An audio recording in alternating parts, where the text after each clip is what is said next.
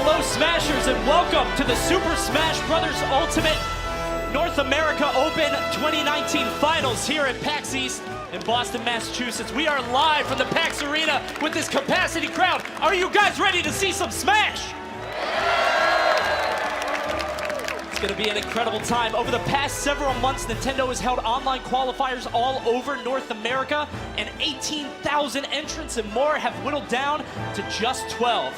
We have 3 participants from each region across the North America region. We have Northeast, Northwest, Southeast, and Southwest, and these guys are going to be bringing their A game because the winning team today will go on to the World Championships for Super Smash Bros. Ultimate in June of 2019. That's going to be a 3v3, and we've got some hot squad strike action today. My name is Coney, joined, of course, by EE and Vicky Kitty. And Vicky, it's been quite a ride we've had to get to this moment. I know, we've had so many competitors, we have so many matches that we've seen transpire throughout the last month and a half or so, and now we're finally here at PAX East. Yeah, it's going to be an incredible show, EE. I know that there's so much on the line, so much at stake. What do you think differentiates this format that we're going to play, this squad strike that we're about to see? Well, one thing I think they could kind of, at the end of the day, you got to understand, it's still singles, essentially, right? It's just you got to kind of manage your stocks, you know, obviously, one character, one stock. It gets a little more tricky. I think the best thing I've noticed, though, a lot of the teams surprise me by how much they're already, getting along, formulating strategies and stuff like that. I think the fact that you can come into a squad strike event and already have that good team camaraderie, despite not meeting anybody prior to that, that's a big advantage. Yeah, let's not get too ahead of ourselves. Of course, I know we have people, a lot of you guys already know what's going on, but just to go over the basics, Vicky, can you sort of walk us through the ABCs of Smash? Absolutely, and if you guys are new to Smash Brothers, of course, this is how the rules are going to be playing out for Super Smash Brothers. If you are at 0%, of course, as you gain percent, the knockback will increase gradually until there are no more stocks and your opponent is off the stage, and that will be it. Yeah, so what you're going to see is we have 3 combatants from each of the regions. Like I said, Northeast, Northwest, you guys know the deal. So these guys are going to be playing in squad strike format. The format's going to change a little bit throughout the day. Right. Just bear with us, we'll explain it. But we're going to start off with a seeding round,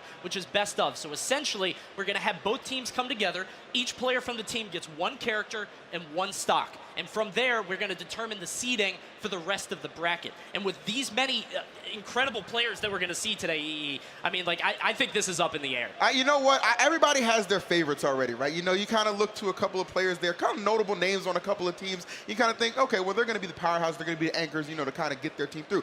For me, it's all about that one guy who can almost kind of quarterback the team, you know what I'm saying? We're in New England, okay? They know about quarterbacks, you know what I'm saying? That's kind of going to be the main strategy. I don't think it's going to be defined necessarily by who you know. It's what you don't expect that's going to pull you through. Yeah, all these players having so many different characters sort of under their belt. In the online qualifiers, we saw them usually stick to 1, maybe 2. But today, they've got to have deep pockets because if they stay in that winner's bracket, they're each going to be expected to play 3 characters. That's Vicky, crazy. When you're talking about juggling 3 characters at a high level, that's not an easy feat. It's definitely not, and you also have to consider, like, counterplay towards the other opponents.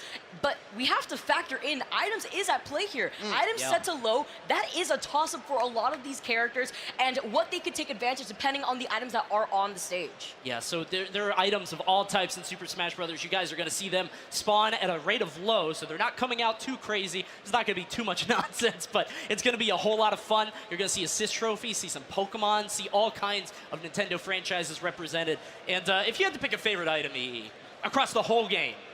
Home run bat. Yeah? You can't top the thrill of charging that sucker up and just putting the Louisville Slugger to somebody's head, man. It's too good. That's just how I feel. Super fun. And we've got the players loading in right now, as you can tell, taking a seat. That is the Northeast team, if I'm not mistaken. So that will be made up of John Numbers, SETH, and DTFAUX. And really, a wide breadth of regions being represented by these guys. Yeah, and I believe they would be facing off against the Northwest region, which has SWEETT, Austin, and Mystic Sylvanos. We have so many different characters at play here as well. And, of course, we've seen what they were able to do a few months ago when they were able to play against each other in the North American Open qualifiers. But we don't know what other characters they have below their sleeve. I think that's what makes it so exciting, right? We're going to kind of find out right now, already opening things up. DK versus Incineroar. I'll talk about both these heavyweights duking it out. Yeah, you got some big bodies on the stage. Of course, DK, always fun to watch, but Incineroar is such a crowd favorite just because of his flashy playstyle. DTFAUX coming to us from Maryland and Virginia, that region. Had to see how he fares against Austin's Donkey Kong here, as we're starting out very even. Finally getting the clash we've all been waiting for. Smashville to open things up. What items we're going to get. Yeah, so the party ball will open up and has a bunch of items inside, and this time we're gonna see an assist trophy battle. Looks like we've got Dylan coming out to play, along with the Claptrap, who's gonna sort of go along the bottom of the stage and try to find a target. Although Austin did have stage control for a second there, the healing field coming out. DTFAUX, you see how he's just hanging out there. Slow, it's very slow though, it's not so significant. That allowed Austin to get the smash. Oh, the whip! Oh, Just come jumped on, all right buddy. around it. What a whiff. He whiffs tight. the smash ball, but right there you saw DTFAUX actually whiffing the Alolan whip. Kind of surprising there. We're going to see the berry, but he does not convert into the up smash. Austin struggling a little bit here.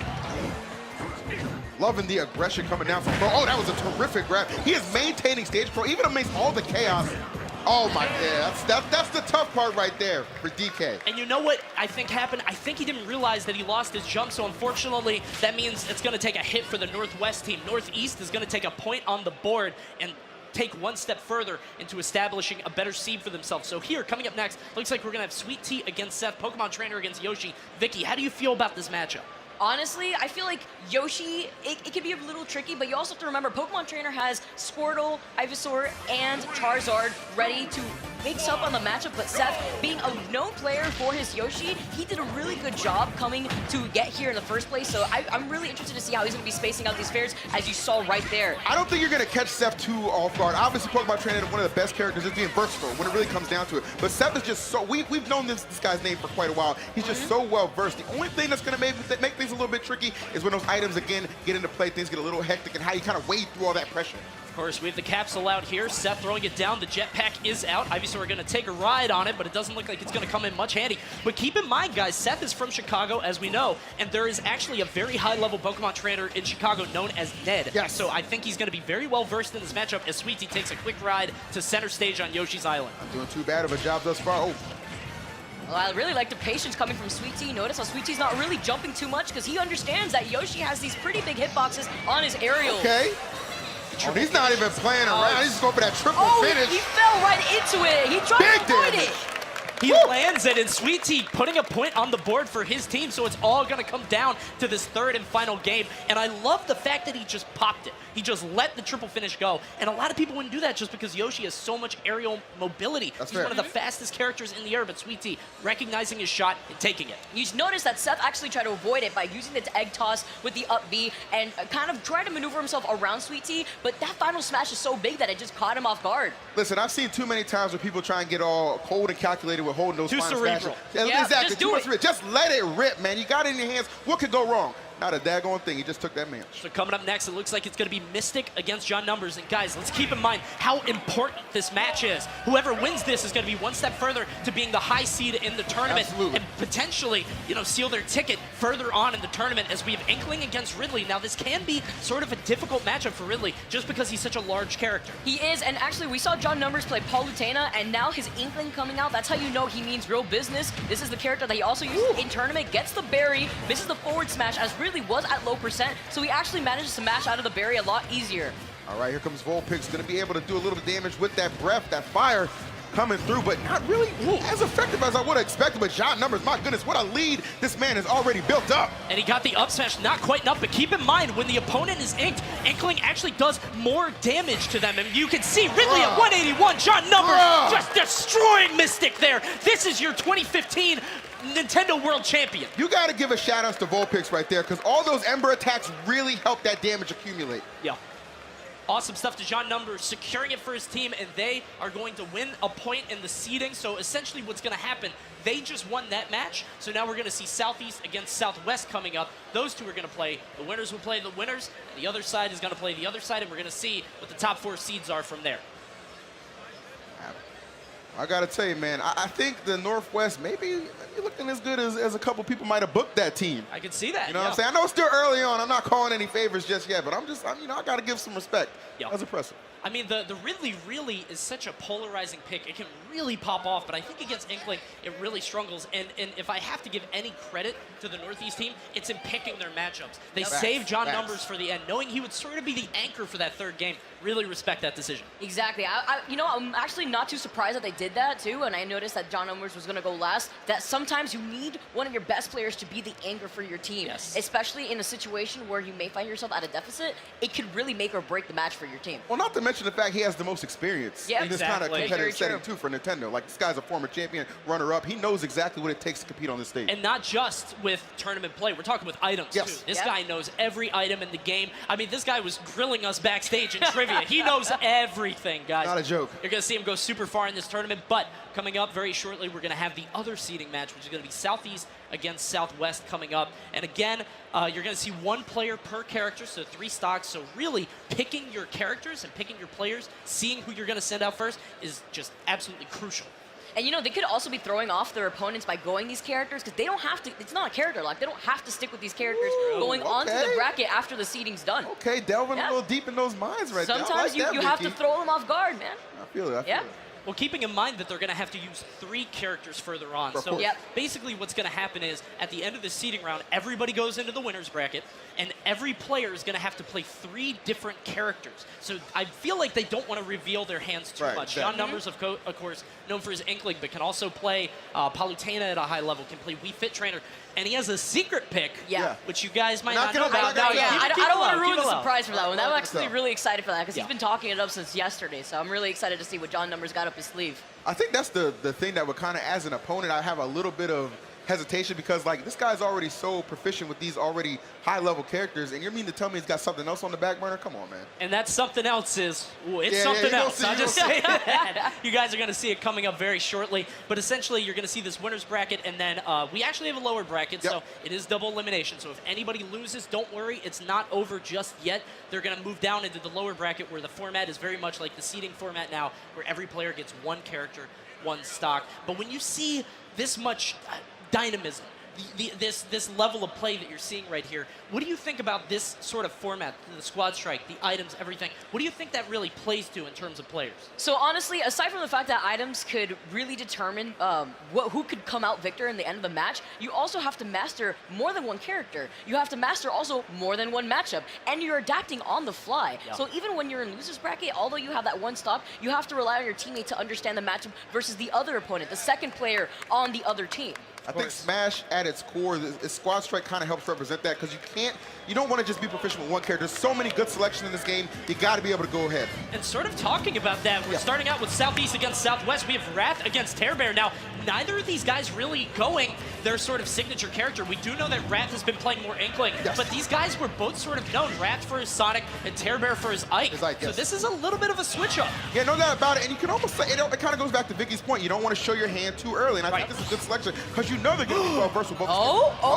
The golden hammer? You got to go for that. Yeah, I was going to say, man, what you waiting for? But keep in mind, this could put him in a bad spot. If you're thrown off the stage with that, you could be in a really bad position. Wrath trying to find his way back onto the stage, and he does. He stalls out the Wrath special as long as he can. He would rather hang out by the ledge than even try to contest that on the stage. And you know what? I do not blame him. Not at all. Wrath doing what he does best, man. Patience, trying to win the day right now. He is trailing about 30%. Keep in mind, both these characters super good at racking up damage early, but both of them can have a lot of trouble in getting the stock off. So I think that's what it comes down to. You're going to see them all go to about 100, 110, 120, something like that, but getting that final KO can be difficult unless these items come into play. Can we talk about TEARBEAR's patience right now, though? Not over-approaching at the same time, catching Wrath's jump right there. Gets the up B. Sick conversion. I'm going to tell you right now, if there's somebody in this tournament who I think could truly match Wrath's patience, you're looking at him right here in TEARBEAR, and he's got the character to do it. Young Link really kind of tearing through Wrath, honestly. I could see this being sort of difficult for a lot of the Southeast team, but you can see the Daybreak coming out. Facing the wrong direction. Oh no! Oh, it doesn't matter. The Daybreak coming out. A huge explosion from TEARBEAR there, taking it out. He just let it go. I mean, he broke the stock in that man's soul. How you just gonna do that off a straight hit, bro? Come on now. I feel like he just purposely jumped to see what Wrath was gonna do, and the moment he saw that Wrath was gonna hold forward, he just let it rip. Yeah. I mean, you talked about letting it rip. Here's the replay. You can see it right here. You can see TEARBEAR picking it up, facing the wrong direction. Yeah. He's trying to turn, but Wrath says, let me give you a little boost there. Wrath did a favor. Wrath hit him, and it actually put him in that direction. Wrath actually, and you know, that's huge momentum because you kind of look to Wrath to kind of set the tone for this team. Him taking the L first game, that is tremendous. Coming up next is going to be DEVONTE against NUMBREON, Wario against Ness. Wario, a character who a lot of people had their eyes on in the early stages of this game.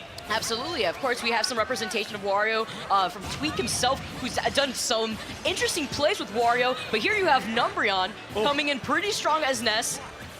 Yeah, I like the patience. He's just trying to cover his jumps overall, but DEVONTE not really giving it to him as he manages to catch the item. He's got the turret right there. Excellent bike there, knowing he's going to hold shield. Good slap. He does not have a jump, but he's able to air dodge back onto the stage. Yeah, I like the control we were seeing just a moment ago from DEVONTE. Understanding, he's using that. He's kind of playing off the turret too, and that's what you kind of getting. Yeah, exactly. Really getting a lot out of those final hits. And look at the patience, just holding down the left side, gets the dash attack, and keeping him all the way off. Yeah, that's really. He's charging the up smash, knowing Ness is gonna fall with that forward air, and DEVONTE just like that, putting a point on the board. We're out to another game 3. It's, you know, and it's not even surprising. Again, you look at these crews, you can see the balance is truly there. I'm expecting almost all these to honestly go to a game kind of 3. You know what I'm saying? So Poltergust is the last hope for his team. On the other side, we've got AAROW. And AAROW, we did see him using Young Link earlier, but I think that in the rule set, you can't use the same character. So because of that, he's going to actually go Ridley against Poltergust Yoshi. And guys, Poltergust, he's not a new face. No, if you are familiar with Smash, if you know the anthology of this game, you know he was a tremendous player back in Brawl. And to see him kind of find himself again in Ultimate, it's just been tremendous to watch. Here we are on Congo Jungle starting off. Now, if we're talking about the stage and the slants, Vicky, how do you think that's going to sort of shape this matchup, considering, you know, Yoshi can pop those eggs out, they bounce on the floor? Yeah, that's actually a new thing in this game, too, is the egg bounces on the stage and the slants, allowing that to add in that extra pressure, but also, we have to talk about the fact that you can the double-edged sword! Oh, dear. He falls through the stage, I mean, look, just like that. The space pirate rush, that man rushed to his death. I mean, good Lord, falling all the way. And it looked like it was going to be a highlight play, but unfortunately it was for the other guy. Yeah, that was so unfortunate for AAROW as they sulk off the stage. But awesome stuff to Southeast. We were talking about Poltergust, too. He didn't really do much, if I'm being honest. Listen, you know what he did? He survived. Yep, there we go. It said objective run. That was it, and he got away with it. Awesome stuff to the Southeast team. So Southwest, fortunately, going to take the L on that one. But what we're going to see is Northeast playing Northwest, or Northeast, Southeast, Northwest, Southwest. There are too many variables. You got a bracket in your head. I wish I could get to I was going to say. I wish we I have could the graphic in Cody's head right now. We're going to see how that goes, but we're going to have those matches coming up for you. But already, you could tell just the stocks are flying. The games are going so fast. The level of play that we're seeing here is outstanding. How are you going to have such an explosive seeding matches? Like, the tournament hasn't even begun yet. And that's the crazy thing, too, because honestly, as I've noticed, items haven't played that much of a factor yet. Well, other than the daybreak. Well, yeah, that was the yeah. highlight of that, of course. But still, I think there's still a lot more wonkiness to come. Of course, we're going to have to see how it shapes up in the future. Got 2 more seeding matches coming up for you guys. And if anybody had any kind of fantasy brackets or anything for this, I feel like they've got to be in shambles already. Just toss it out the window, man. Just toss it out the window. You never know what's going to happen with all these great players on the stage. With this Squad Strike format, I mean, we keep talking about it. It's such a different format. And leading into the World Championships coming up in June, where we're going to see the 3v3 play out, you're going to have North America, Japan, Europe, and Australia, New Zealand. That's going to be so much fun to watch. No doubt about it, man. I can't really wait to see what other representatives we see, because we already see the talent being displayed today. What's going to happen June 8th? It's insane. It's going to be unreal. Yeah, I'm actually really excited to see the outcome of this tournament in themselves, too, because you can already see these players are bringing out their all. Yes, yeah. And some of them are sort of holding back a little bit. I can see that. I know we can notice that, but at the same time, we have to understand why. And I feel like that's going to be played out in bracket very soon. I feel like there's a difference between sparring and prize fighting. I feel like they're sparring right now. You know, they haven't quite got to that big purse just yet where they're going to be trying to take everything down. And once they get to that opportunity, that's when you're going to see. And there's a little more motivation on some of these players' sides, too, because you got to consider some of these guys, it took them 2 tries to get here, right? Yeah. Not everybody got in on the first effort. And I got to tell you, man, when you can go through 2 rounds of just grueling online competitive play like that and just you come up short the first time, but then you run it back the second time. Come on, man, that's got to motivate. It's not easy. We were talking about 18,000 entrants. For these guys to get to the finals again and again, that's super impressive. And what's funny is that since they had to compete against each other in their own regions, now they're on their own, like they're on together, their own team. So you have to work together against the enemy who knocked you out, where you actually have to try again to compete. I think that also adds to the level of sportsmanship. And respect, too, right? You gotta have a lot of respect for your teammates in that kind of case. Of course, so we're starting it off once more, guys. You're going to get into the next game. I believe this is the winner's bracket side. Oh, no. So,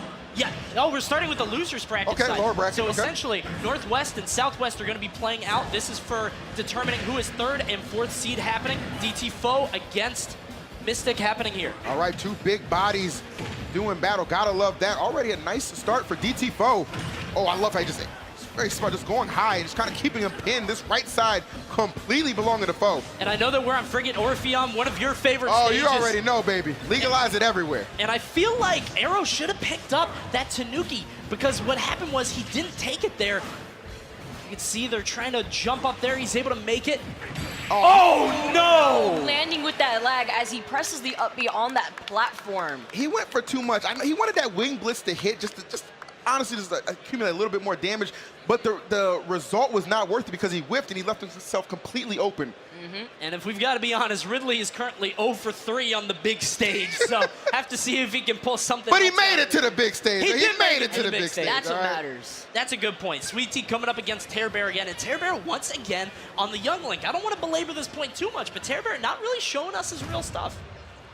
Yeah, he's that's the scary thing. Exactly. I mean, we saw him play Ike to get here in the first place, so. But right now, it is the Young Link doing him justice. Gonna have a tough challenge though in SWEETT. Somebody incredibly seasoned and one of the best PTs on the block, as we're seeing early. Ton of damage being accumulated. Squirtle just so good at racking up damage. He really gets that damage from about 0 to 60, 0 to 70, and then you want to swap out to Ivy Sword, as you see SWEETT doing. Okay. SWEETT not even taking a hit thus far. This is looking pretty grim thus far if you're TEARBEAR. Oh, this shield poke. All right, I was gonna say, give me something, man. Give me something. TEARBEAR throwing off the fire bar, does not even want to mess with it. SWEETT going for these aerials, sort of patrolling the platform, but TEARBEAR gonna do what he can to rack up the damage. Right back on him. All right, TEARBEAR, you know, one thing I always give him credit for, he's not somebody who gets flustered early on. Things don't go your way at the start of things, he can definitely hold on. And you see him starting to chip into this lead, about a 40% deficit.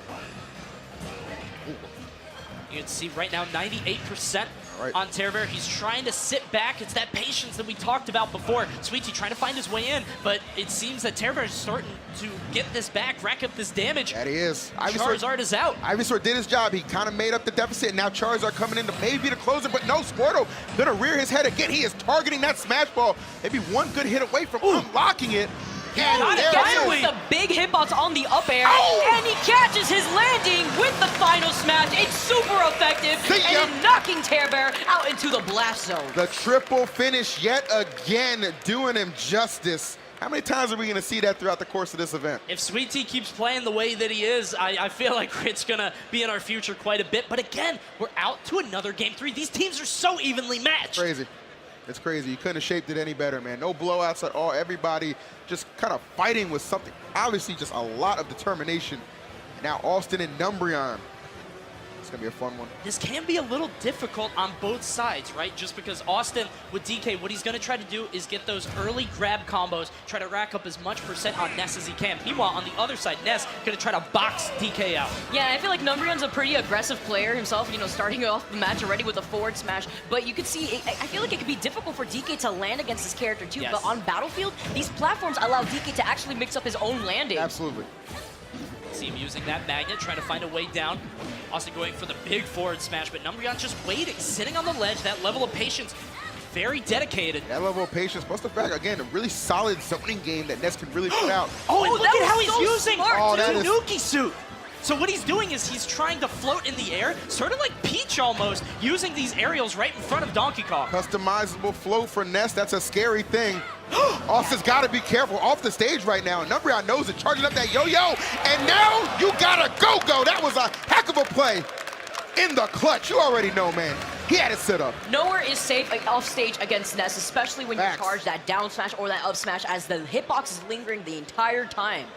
Yeah, what happens is if Ness throws that down smash off, that hitbox just stays out forever. And aerial spinning Kong, unfortunately, we've heard a lot about that. Gonna be a little receptive for that particular move. It can be pretty tough. So awesome stuff to that team. So that's going to determine our 3rd and 4th seed teams. And now we're going to switch it over to the winner's side in just one moment. But again, don't want to talk about it too much, but Ridley not really showing up on the big stage just yet. Yeah, it's quite unfortunate. I honestly, at the same time, Ridley does struggle in some of the matchups that we're seeing on screen. But remember, these players can change up their characters. We're not going to be seeing Ridley the entire time if we feel like they're not working out for them. Yeah. I think you got a roster with over 70 characters. You got options. That's really not the issue. But the thing is, when you qualified for the event, that being the character that was your backbone to get there, it's kind of hard to turn your back on them. So yeah, the first couple of matches not necessarily going your way. I don't think it's going to deter people. If anything, I would guarantee it motivates. Like, I'm going to show you, like, you talking about really ain't winning no matches, I'm going to show you something. I can see that, especially in the seeding. I mean, like, it's early on. These guys are just deciding the seeding. We haven't even set up the bracket yet, so we're going to set that up in just one moment. But as you can see, Southwest coming out ahead, and we're going to play the next match coming up very shortly on the winner's side, and that's going to determine our seeds 1 and 2, but we're going to see just how many characters these guys have in their pocket. We keep talking about it. We've seen the Ridley, we've seen the Youngling, we see the Pokemon Trainer. Just such a variety of characters here.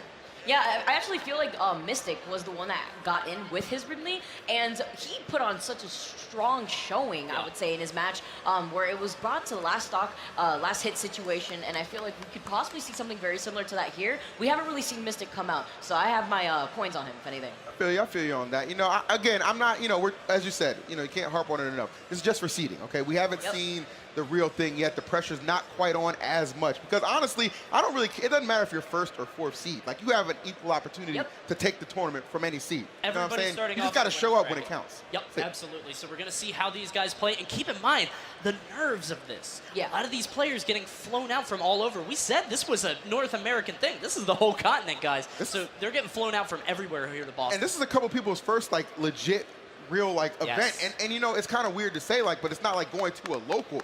You're at PAX East on the grand stage. Nintendo's hosting. Like, that's a lot of pressure. You know what I'm saying? Like, you got a lot of eyes on you, but whoever rises to the occasion, I think that's where you're going to see a true superstar in the making as we're about to commence the next match in winner's side at last. It's going to be DTFAUX against Wrath. Like you said, this is winner's side. Wrath sticking with the Inkling, DTFAUX with the Incineroar as we are starting on Congo Jungle.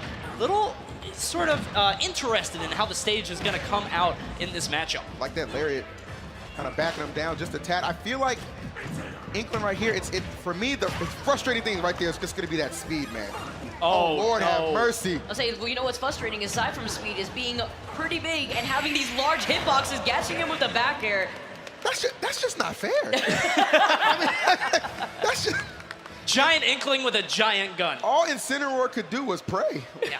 That was really rough. You saw DTFAUX sort of struggling off on the side. Have to see if Seth can bring it back for his team, try to force a game 3 as he's coming up against DEVONTE. Both these characters very mobile. And I want to give credits to Raph, too. I think that was a big game for Raph, too, because we saw him in his last showing actually losing to TEARBEAR. Yes. This time, kind of doing what his team expects out of him. Set the tone early, got the W right there. Going to see a lot of aerial evasion in this matchup. Yoshi and Wario, two of the fastest characters in the game. And Yoshi, once again, getting home stage advantage. I wonder if he's something weird going on here. All right. Could you imagine? Yoshi just greasing the palms on this one, going to this stage again. Okay. See what he's got. DEVONTE has already shown a high level of patience. Wario, one of the characters, kind of benefits with that strong combo game as well. Forward throw off on the side. Seth going to try to find his way back. Wario just so good at bait and punish. You're going to see DEVONTE sort of drift in and out of Seth's range and try to force something to happen. Now, that star is out. Yep. Essentially, the star launch fires in the opposite direction of where you throw it. So since it was thrown down, it's actually going to launch people up, right? Something to keep an eye on. It hasn't really been a factor just yet, just because I feel like where it's positioned so high above. Yeah. Oh, he's looking for the bike. So yeah, you saw he was trying to look for the bike. Playing extremely patient, mostly below the platform. Especially if you have your opponent above the platform, you can add in that extra pressure. That's why you saw him go for the up tilt right there. All right, one day Yoshi bound to connect, nothing doing. DEVONTE still with a very healthy lead. And he saw him trying to charge that up smash. We saw him already take a stock or a match that way last time, but a beautiful tech chase. What happens is you saw DEVONTE hit the ground and he had to tech, because if he didn't, then Seth would have been able to run up with a jab and get the stock anyway. So he teched, he chose the wrong decision in teching in. Seth just had it scouted. Awesome job there. I credit Seth a lot for just being in that situation, almost being 3 steps ahead. Yes. Like predicting what are you going to do in the situation, caught it perfectly, and that's what you kind of expect. One of the best Yoshis you're ever going to see right there. And out of the 4 matches, every single one has gone to game 3. Absolutely. And, you know, speaking of Yoshi, we got another Yoshi on the screen here. Poltergust, as you guys were mentioning, a really good Yoshi player since Brawl. Yeah. Yeah, man, definitely has his roots pretty deep in Smash, but he's going to have his hands full against John Numbers. Just an absolutely incredible player, man. Already seeing this Inkling come to fruition. Gonna have to see how this matchup plays out. Yoshi can be a little difficult for Inkling just because Yoshi's hitboxes are very good at just kind of throwing out and forcing Inkling to come into them. Also, Yoshi living for a very long time. Yeah, I was gonna mention Yoshi actually could survive for a while, and I feel like that's the one issue that Inkling has, is sometimes Inkling could struggle to land that KO. I agree. And that's why you see Inklings go for the fair or back air to try to follow up with a grab afterwards. Oh, you should try to catch his landing with a forward smash. Kind of stuffed it. Brave attempt, paying off. So Polt trailing a little bit, but nothing that obviously Yoshi's not capable of just kind of bringing back. You always got to watch out for that up air from Yoshi. Poltergust knowing that. Numbers trying to get his ink back, and right now Poltergust kind of has him on the ropes with that super scope. He's got that scope. Oh, but Numbers found his way in! Woo! And he was using the scope. He was trying to get those shots off, but Numbers saw an opening, and this is a guy, he doesn't hesitate. Pulls that trigger, and you see the result. Caught him a little sleepy on that. Caught him cross stage, shooting that super scope. And again, that is your 2015 Nintendo World Champion. You can't sleep on the dude. He's dancing right there. He's feeling good, man. He's feeling great right now, pretty confident. And that's also another thing we got to talk about. Mindset is so important. You are on the stage, so of course, some people could be a little shaky, especially if this is their first tournament. Definitely. I know we have some young players out here with their parents. Shout out to those parents, by the way, that actually support. Y'all the real ones right there. Yes, that support the players out here. Ones. Congratulations to the players that actually managed to come out here to PAX East. But, you know, nerves are a factor in this, and mindset is very key when it comes to trying to take those very close games as the one that we saw right now. Of course, yeah, it all comes down to mindset. It has to do with your confidence, how you're loading into the game, how well you understand the opponent's character. There's so many things sort of going on in the mental game as you start playing. I like the fact that it takes them out of their comfort zone, because remember, when you're qualifying, you have the comfort of your home. You know what I mean? Like this, you don't have all these lights on you, all these eyes on you, all that kind of stuff, man. But when you gotta come and compete and show up on that big stage, that's the guys I'm looking for who really have that star power. And just honestly, from what I've seen, every single one of those guys on stage, very capable. Absolutely. So we have our bracket finally. We're gonna show that to you guys very shortly. Here it is. And looks like we've got Northeast going up against Northwest and Southeast going up Southwest. I guess either way it would have been both sides, but you can see the bracket right here. Now keep in mind, winner's bracket is going to be in a different format than what we saw previously, but Northeast against Northwest. I think Northeast is the team that we had the pleasure of commentating for our things, and now they're in first. Those are our boys. You know what? We kind of got to see them assembled firsthand in front of us, and we knew these guys were good. We knew they were talented, and the fact that they're doing so well, I'm not surprised. Obviously not taking a thing away from everybody else. A ton of incredible players within this bracket, but that Northeast, they're standing out just a little bit more for me right now in the early goings. Of course, and Vicky, if you had to pick a team this early on, I'm going to put you on the spot here. You saw these players play. You saw what they were capable of. Who's your dark horse? Honestly, Southeast is looking really strong, and that's with no bias, as I am from Southeast myself, but Southeast is also looking pretty strong next to Northeast. But I just want to talk about with the match that we have coming up, Northeast versus Northwest, SWEETT looks like he's on fire. Yeah, he's going to be the player to watch for sure. But guys, stay tuned, stick around. We're going to be back with more Squad Strike action here at PAX Arena in just one moment.